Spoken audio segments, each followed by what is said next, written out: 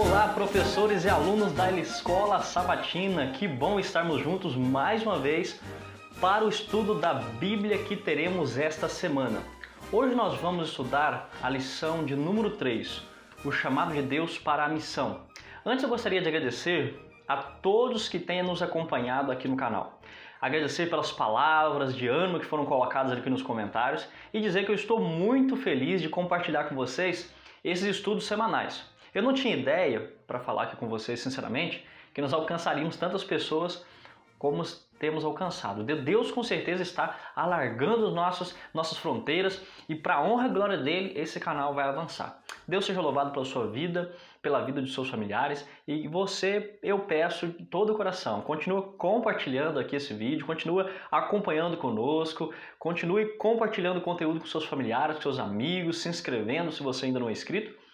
Esse é o pedido que nós temos para você. Eu queria deixar dois recadinhos aqui para vocês. O primeiro é que nós fizemos no vídeo um sumário para que você possa se guiar indo para a parte da semana que você está estudando, né? Estou estudando na terça-feira, eu gostaria de ver quais os comentários, qual a abordagem que foi utilizado para esse dia aqui, respondendo essas perguntas aqui. Então nós fizemos com muito carinho isso para facilitar o seu estudo, né? E o outro recado que temos é que o PowerPoint que nós estamos utilizando no vídeo está aqui na descrição para que você possa baixar e se utilizar desse material caso você precise. Está certo? Não só o PowerPoint, como também deixamos aqui o vídeo de abertura, né? Aquela vinheta que aparece no início aqui do vídeo, né? Está aí para você. Muito bem, vamos para a dica do estudo de hoje. Professor e aluno, essa lição desse trimestre ela tem um tema assim, bem amplo, bem fácil, conhecido por muitos. Afinal, a maioria dos irmãos que já estão na igreja há muitos anos sabem muita coisa sobre missão, não é verdade? Mas tem uma coisa, por saber muito do assunto, eles podem ser levados a devagar em vários comentários que não são de fato a pauta da lição. E com isso pode dificultar ali o verdadeiro propósito da semana, da lição da semana. Então trabalhe novidades, argumentos, coisas novas, coisas recém-exploradas, né? Nós daremos aqui no canal suplementos teológicos para que você possa utilizar ali como argumento, como abordagem ali na sua classe. Então aborde pontos específicos, para não correr o risco aí de você ficar esbarrando em assuntos que já foram comentados. A dica é, seja específico essa semana a história de Abraão. Essa semana traga aspectos que não são muito falados na história de Abraão. Porque se você não fizer isso, os alunos vão pensar assim, olha, esse professor aí está chovendo no molhado, né? Então, de introdução, faça perguntas, como do tipo, é fato que Abraão foi chamado a sair da terra dele, não é? Mas por que ele teve que sair de Ur dos Caldeus? Por que ele primeiro foi para Harã e não foi imediatamente para Canaã? Ele sabia, por acaso, para onde ele iria? Ele sabia se ele iria para Canaã ou não? Ao fazer essas perguntas, você vai despertar o interesse de seu aluno e aí estará pronto para começar o estudo. Pois bem, dado essas dicas, nós vamos para o estudo da nossa lição da semana, lição número 3. A lição dessa semana tem como objetivo mostrar o que Deus faz, né? Deus faz um chamado para nós sairmos da zona de conforto. E ele usa como pano de fundo para se valer desse argumento a história da Torre de Babel, a história de Abraão, a história dos primeiros cristãos na igreja primitiva. E aí quando nós chegamos aqui na parte de domingo, indo além da zona de conforto, nós vamos dar largada em nosso estudo a partir da pergunta número 1, que diz o seguinte, leia Gênesis 11, de 1 a 9 e responda quais eram as intenções das pessoas. Que objetivo tinha em mente e por que Deus os impediu? Nós não vamos ler todos os versos pela questão do tempo aqui, mas vamos meditar no versículo 4. Disseram, vinde edifiquemos para nós uma cidade e uma torre cujo topo chegue até os céus e tornemos célebre o nosso nome, para que não sejamos espalhados por toda a terra. Aqui é notado duas coisas que precisamos comentar. Primeiro, chegar até o céu. Era como o povo pós-dilúvio dissesse assim, olha, nós não confiamos na palavra de Deus, ele disse para nós que não destruiria a terra com outro dilúvio, mas nós não acreditamos nisso. E por isso nós vamos fazer uma torre muito alta, e a torre realmente era enorme, tá? A torre, de acordo com o Espírito de Profecia, era tão alta que chegava às alturas que as águas do dilúvio alcançaram. O segundo ponto que precisamos notar aqui é a frase tornar célebre o nome. Podemos dizer que eles estavam influenciados pela síndrome de Lúcifer. A síndrome de Lúcifer era assim: eu quero estabelecer uma vida independente de Deus, quero colocar meu trono acima de Deus. O orgulho estava enraizado na vida aqui dos antediluvianos, daquele povo ali. Eles queriam estabelecer um trono em lugares altos, queriam viver não queriam viver, na verdade, sobre as ordens divinas, né? Vejamos aqui o texto do Espírito de Profecia, que diz assim: o objetivo que tinham na construção da torre era garantir a sua segurança em caso de outro dilúvio, elevando a construção a uma altura muito maior do que a que foi atingida pelas águas do dilúvio. Julgavam colocar-se fora de toda a possibilidade de perigo. E como se pudessem subir a regiões das nuvens, eles esperavam certificar-se da causa do dilúvio. Todo o empreendimento destinava-se a exaltar ainda mais o orgulho do que o projetaram e desviar de Deus a mente das futuras gerações e levá-las à idolatria. Isso está ali em Patriarcas e Profetas, página 76. Notem que o texto diz que eles tinham o objetivo de exaltar o orgulho, né, com uma atitude. Qual que é a atitude? Era se desviar do plano de Deus, do propósito de Deus. Também tinham um propósito de desviar as próximas gerações. E isso era algo realmente terrível. Por isso que Deus interviu ali naquela situação. Agora você tem aí na tela uma ilustração renascentista da Torre de Babel. Ela foi feita aí no ano 1563 por um autor chamado Peter Bruegel. Ela retrata a história bíblica e a divisão das línguas e, consequentemente, a divisão das nações, né? Você tem agora outra tela, uma grande construção lá em Ur dos Caldeus, o Zigurate. E com isso nós vemos, irmãos, que o povo daquela época eles apreciavam as grandes construções. Eram formas quadriculadas, como você viu na imagem, que estavam ligadas diretamente aos interesses religiosos. E provavelmente esse era um padrão de construção que também foi utilizado ali pelos pós-diluvianos, pelas pessoas que viveram após o dilúvio, né? Então, percebe? O que vemos na Bíblia e no Espírito de Profecia aqui, vocês conseguem entender? Viram? É a resposta para a pergunta 1. E a resposta é assim: as intenções daqueles que faziam a torre não eram puras, como diz a lição, mas eram cheios de ambições egoístas. E por isso eles não alcançaram os seus propósitos que eles tinham, né? Então vamos para a parte de segunda-feira, seja uma bênção ao mundo inteiro. Aqui, meus amigos, nós vemos a história de Abraão. E como Deus escolhe, né, alguém que era passivo de defeitos, como Abraão, e ele começa a lapidar a vida de Abraão. Deus queria fazer dele uma nação de propagadores do caráter de Deus e da sua vontade. Então, seguindo o mesmo caminho que nós fizemos aqui na parte de domingo, nós vamos nos guiar a partir da pergunta número 2, que diz assim: leia Gênesis 12, de 1 a 3, em que aspecto a instrução de Deus a Abraão foi um chamado para a missão. Analise comigo os versos que foram citados aí. Nós vamos ler Gênesis 12. Ora, disse Deus a Abraão: sai da tua terra, da tua parentela e da casa de teu pai, e vai para a terra que te mostrarei. De ti farei uma grande nação, e te abençoarei, e te engrandecerei o nome. Sê tu uma bênção. Abençoarei os que te abençoarem, e amaldiçoarei os que te amaldiçoarem. Em ti serão benditas todas as famílias da terra.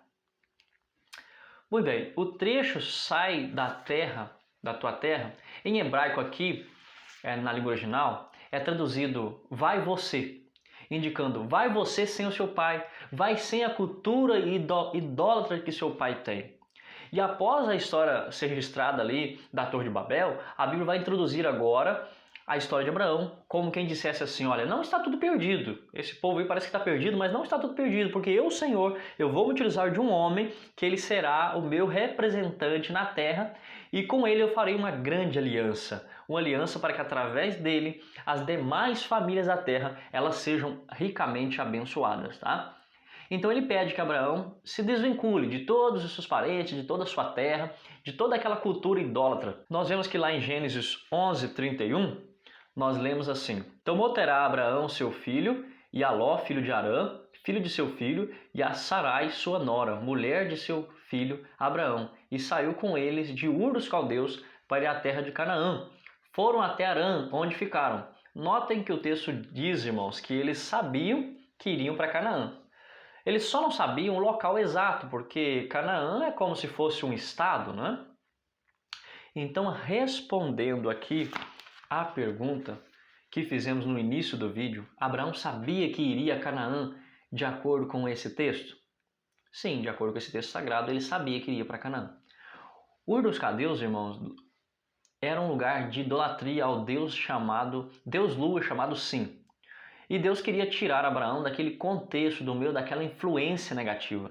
E ele então Abraão segue direto para Harã, porque não tinha como atravessar diretamente para Canaã. Eles teriam que atravessar um grande deserto, e se eles seguissem direto, eles poderiam até economizar muitos quilômetros, mas eles não conseguiriam ir por causa desse empecilho que era o próprio deserto.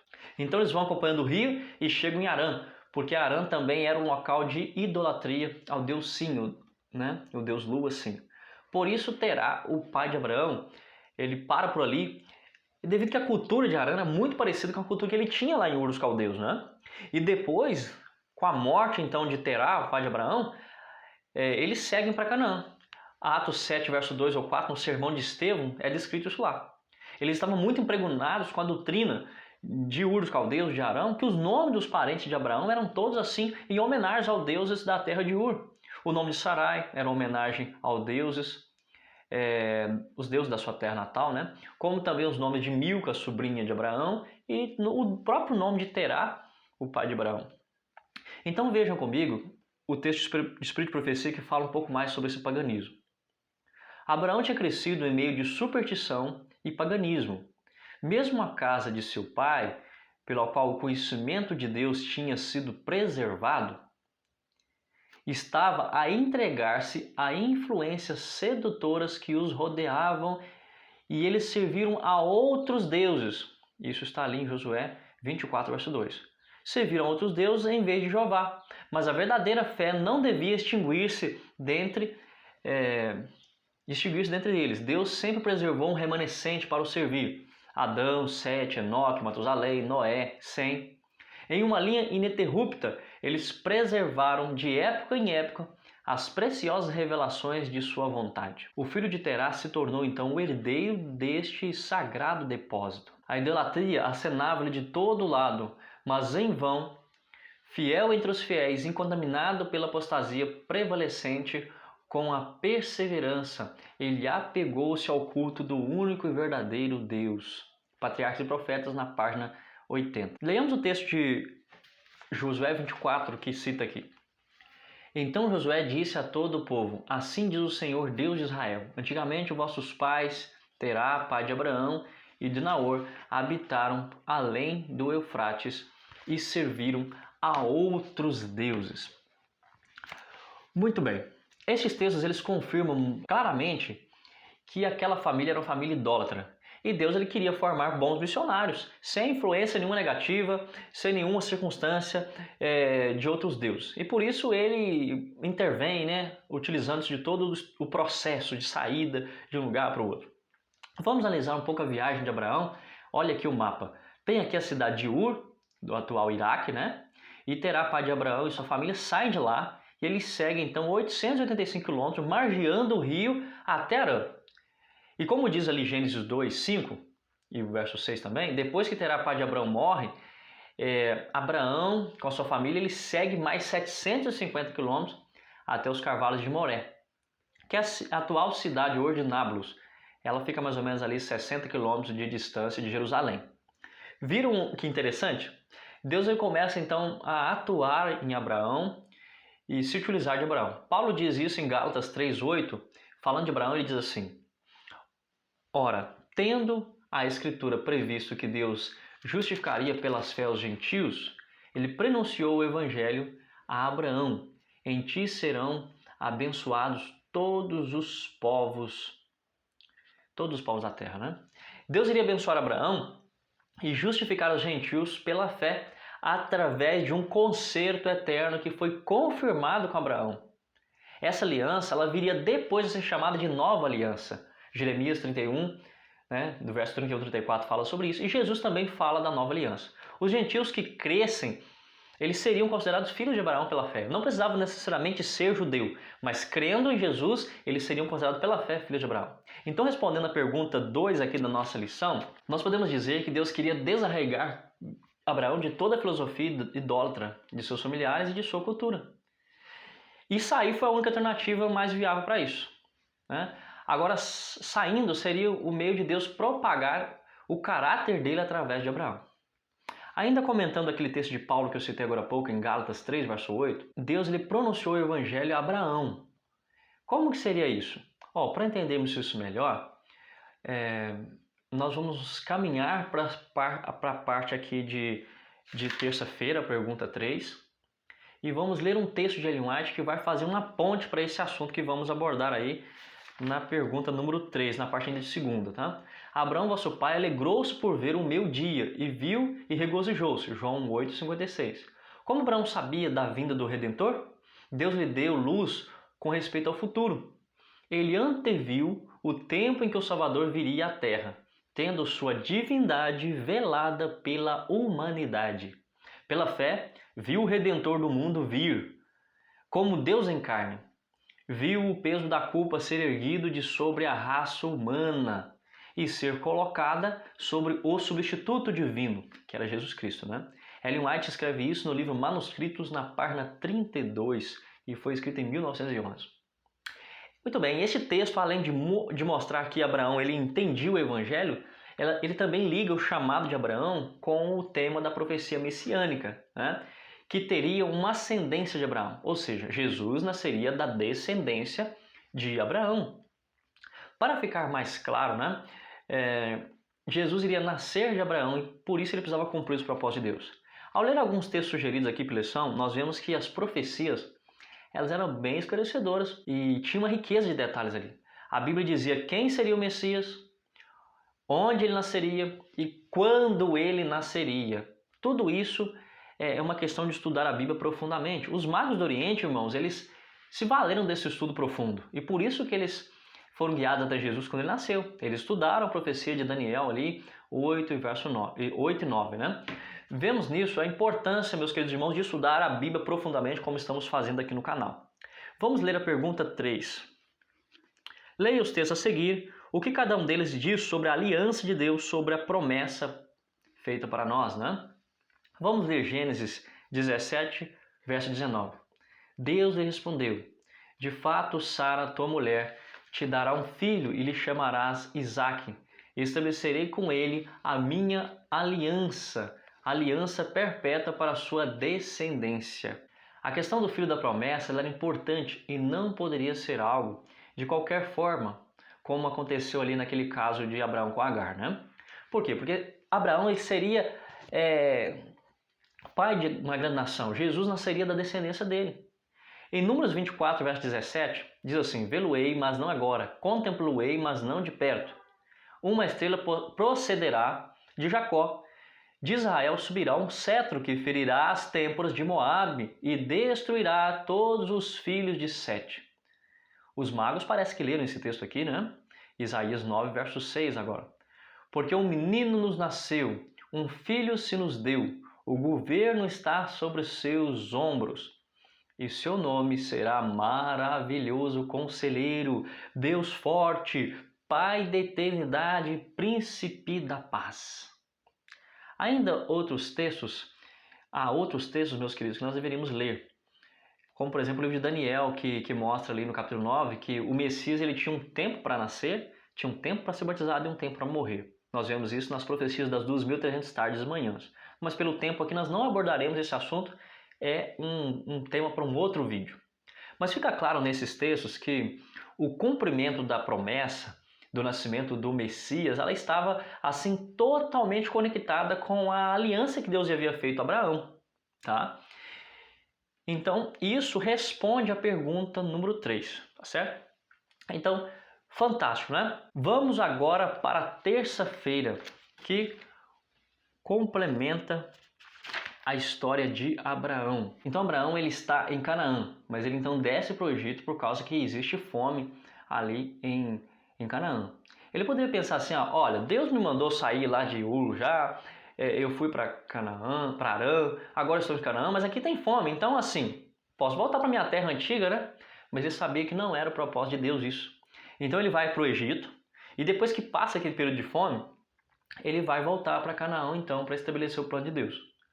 Mas se por um lado ele não queria errar, por outro lado ele acabou errando, mentindo sobre Sara ser sua irmã. Sara ela tinha naquela época 65 anos de idade, né? Como Arão ele tinha 75, ele era 10 anos mais velho do que a sua esposa, significa que ela tinha 65. E mesmo assim era uma mulher bonita, era uma mulher linda, e ele ficou com medo de que eles soubessem que era sua esposa e ele matasse. Professor, esse é um ponto que você pode abordar com seus alunos, eles vão achar uma notícia interessante. Mas ele então mente da perspectiva de que se ele falasse a verdade, ele seria morto. E com isso a promessa de Deus não iria se cumprir, percebe? A promessa não ia se cumprir nele. Como Deus podia fazer uma grande nação através de uma pessoa morta, não é verdade? Ele pensou assim, olha, eu tenho que pensar aqui em algo para me ficar vivo. E por isso, então, ele vai mentir, né? Ele achava que estava ajudando a Deus mais uma vez, como ele fez ali no caso com Agar. Eu falo isso, irmão, para que você veja que as suas atitudes, as atitudes de Abraão, tiveram porquê, tá? Ele não fez isso apenas de nada, ele queria ajudar a Deus. Vamos para a pergunta 4. Leia Gênesis 12, do verso 10 até o capítulo 13, verso 1. Que coisas aconteceram com ele em seguida e que erros esse homem de Deus cometeu? Nós não vamos ler todo o texto por uma questão de tempo, mas a resposta para essa pergunta seria: ele foi lá para o Egito, ele mentiu, ele pôs Sara, sua esposa, em perigo. E isso o marido cristão não se faz, não é verdade? Ele deu, meus irmãos, um mau testemunho terrível. Ele deu um mau testemunho terrível no Egito. Se o testemunho dele fosse um testemunho correto, ele poderia ter influenciado muitas pessoas ali, para Deus, inclusive o faraó, não é? Ele não foi missionário no Egito. Na verdade, Deus ele queria provar Abraão em todos os aspectos possíveis para saber se Abraão realmente estava pronto para ser considerado o pai da fé.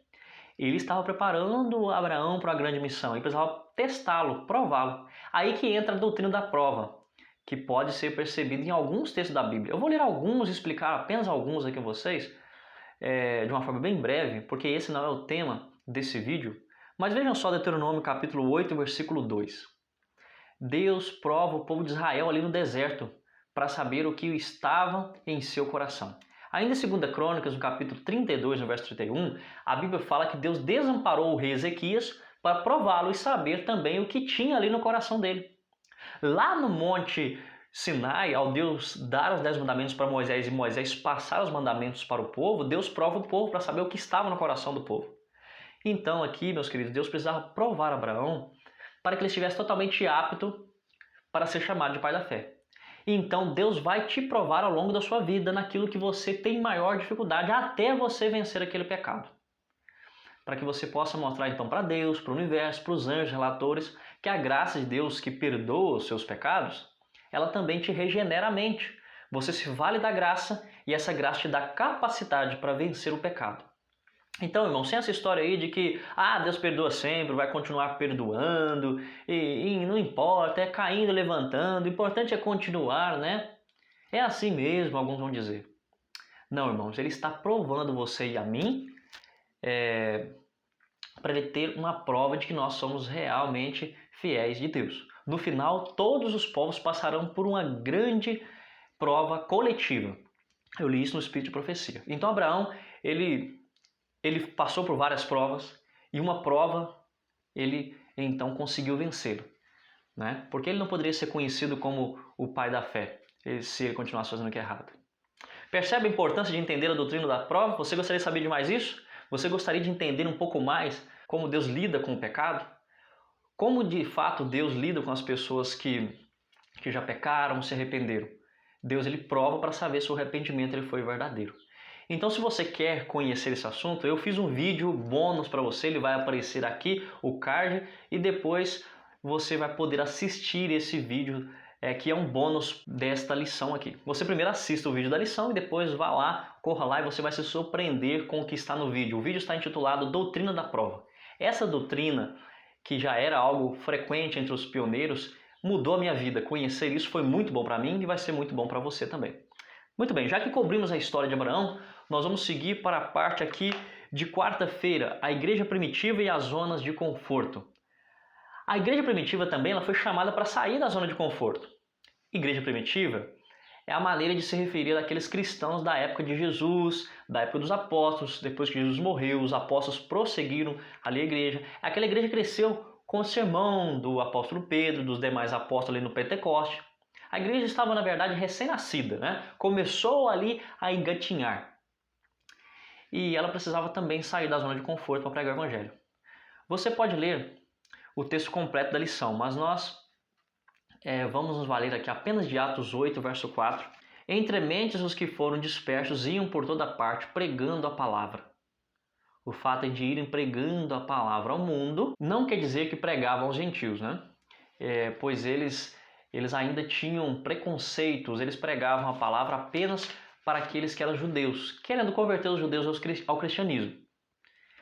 E esses poderiam ser convertidos. Agora eles achavam ainda que os judeus não eram pessoas que poderiam receber o evangelho. Depois Paulo vai ter conhecimento desses assuntos, ele vai pregar isso de maneira mais direta. Pedro também terá visões aqui, até a pergunta 6, né? Leia Atos 10, falou sobre esse assunto, sobre a importância do evangelho ser uma mensagem a ser pregada em todas, né?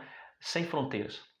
Aí que a lição aconselha você ler esse texto de Atos 10 e responder que mensagem o Senhor deu a Pedro e como devemos em nossos dias aplicar esse princípio à obra missionária.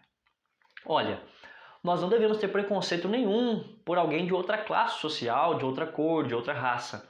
Nós devemos pregar o evangelho para todas as pessoas. O evangelho está aberto para todas as pessoas. Não podemos considerar uma pessoa imunda ou impura. Alguns até consideram, irmãos, alguns irmãos de outras denominações com algum desprezo, né? E isso não é correto. Nós precisamos pregar a todos a palavra de Deus. Eu não posso dizer assim, não vou pregar o evangelho a essa pessoa porque ele é feminista ou ela, né? Porque temos diferenças de entendimento sobre algumas ideologias, né? Como, por exemplo, eu penso diferente do que ele sobre ideologia de gênero.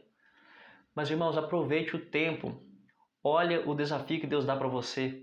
Na parte de quinta-feira fala de um desafio aqui para nós, né? Identifique e faça uma lista de grupos de pessoas com necessidades especiais em sua comunidade, os quais a igreja não fez esforço para alcançar. Quando foi a última vez que você viu algum projeto da sua igreja sendo feito, ou fosse criado um projeto espiritual ou social para ser realizado ali na PAI? Já viu uma vez? Então, estabeleça projetos ousados assim, adote alguém para acompanhar, lute para salvar essas pessoas que são, de certa forma, esquecidos pela sociedade, são esquecidos por outras pessoas. E nós somos de Deus, precisamos amá-las. Você tem na sua igreja aí o Ministério das Possibilidades? Pois bem, esse ministério ele visa alcançar pessoas com deficiências visuais, auditivas, né? Pessoas com dificuldade na fala, porque a mensagem deve ser dada a todo mundo em nossa geração. Esse é o alvo, né? E finalmente nós chegamos aqui à parte de quinta-feira. Comece de onde você está. A pergunta número 7 diz assim: leia Atos 1, 8. Que privilégio Jesus apresentou para a obra de compartilhar sua mensagem ou de sermos testemunhas dele ao mundo? Vamos ler então o texto? Abra sua Bíblia, Atos capítulo 1, versículo 8. Diz assim: mas recebereis poder ao descer sobre vós o Espírito Santo e sereis minhas testemunhas, junto em Jerusalém, como em toda a Judéia e Samaria até os confins da terra. Jesus ele estava pregando e ele diz: pregue primeiro para o círculo de influência que você tem mais próximo de sua vida e depois para aqueles que estão mais longe de você. Pregue em Jerusalém e depois, ao ser perseguido aqui em Jerusalém, você então vai para a Judéia. Ao ser perseguido na Judéia, pregue depois em Samaria. Ao ser perseguido na Samaria, vá depois e pregue em todos os confins da terra. Você primeiro prega a palavra para as pessoas de mais perto de você, como a sua esposa, seu filho. Depois você prega para os parentes mais distantes, para as pessoas do trabalho, para as pessoas da escola, da padaria que você busca pão, não é? Precisamos pregar o evangelho a todos. Mas não adianta, irmãos, pregar o evangelho para as pessoas de e influenciar pessoas que estão mais distantes e deixar de pregar para aquelas que estão mais perto. Seja cristão primeiramente dentro da sua casa, com a sua família, fazendo culto familiar, estudando profecia com seus filhos e com o seu cônjuge. Separe tempo para isso, né? Se dedique a isso. Não deixe para falar de Deus apenas na igreja. Tem pessoas, irmãos, que infelizmente eles pegam a Bíblia apenas no sábado pela manhã. E isso é triste. Este não é o ideal de Deus. É difícil passar apenas poucas horas em contato com Deus e muitas horas em contato com as coisas do mundo e depois querer competir. Com certeza você sairá fracassado nessa luta. Se você contempla mais coisas do maligno, você vai ser vencido por ele. Assim não tem como vencer a Satanás buscando a Deus apenas 5 minutos por dia, apenas 1 hora na semana. Meu amigo, minha amiga, por favor, elimine os concorrentes da sua vida, elimine aquelas coisas que são contrárias à palavra de Deus, busque e gaste tempo naquilo que é espiritual, naquilo que é totalmente verdadeiro. A Bíblia diz, acautelar-vos por vós mesmos, para que nunca vos suceda que o vosso coração fique sobrecarregado com as consequências da orgia, da embriaguez e das preocupações, né? Das preocupações do mundo. Para que aquele dia, que dia? O dia da volta de Jesus, e Jesus venha sobre vós repetidamente como um laço. Eu citei aqui Lucas 21, verso 34, né? Você e eu precisamos ser um testemunho de Deus, sair da nossa zona de conforto. Acordar mais cedo, irmãos, para estudar a lição da escola sabatina, abdicar tempo das coisas que você gosta de fazer, né, para poder você ter tempo para estudar a Bíblia, dar um estudo bíblico para alguém, para que você seja uma pessoa usada para levar o Evangelho ali em asilos, em orfanatos, pregar o Evangelho para alguém que está perdido, quem sabe dentro da sua própria casa, dentro da sua própria igreja. Você também pode ajudar a fortalecer aqueles irmãos que estão novos na fé. Sim, isso também é missão. Muitas pessoas que pensam que não, aquele irmão já foi batizado, ele não vai ser batizado de novo. Mas as pessoas que foram recém-batizadas, elas não conhecem todas as doutrinas e precisamos também pregar o Evangelho a elas, ensinar a guardar todas as coisas que tem ordenado, como estudamos na lição de semana passada. Estudamos também semana passada que nós precisamos ensinar as nossas mensagens distintivas para todas as pessoas da igreja, porque nós, como um povo de Deus, temos uma mensagem especial. Somos um povo chamado com o propósito de pregar as 3 mensagens angélicas. Então, faça estudos bíblicos individuais. Seja como Abraão, saia do secularismo, da idolatria, saia da zona de conforto e vá até as nações para pregar o Evangelho. Não seja como aquelas pessoas que viveram a pose de luta. Eu termino aqui, irmãos, com uma frase de Ellen White que diz assim: se fracassarmos 99 vezes em cada 100, mas fordes bem-sucedidos em salvar da ruína uma única alma, realizastes então um nobre feito pela causa do Mestre. Esse está ali no livro Testemunhos para a Igreja, na página Testemunho para a Igreja, volume 4, na página 132. Que Deus ilumine a sua vida e te abençoe. Que Deus abençoe todos os dias da sua vida e todos da sua família. Esse é o desejo do pastor Anderson e de toda a minha família para você.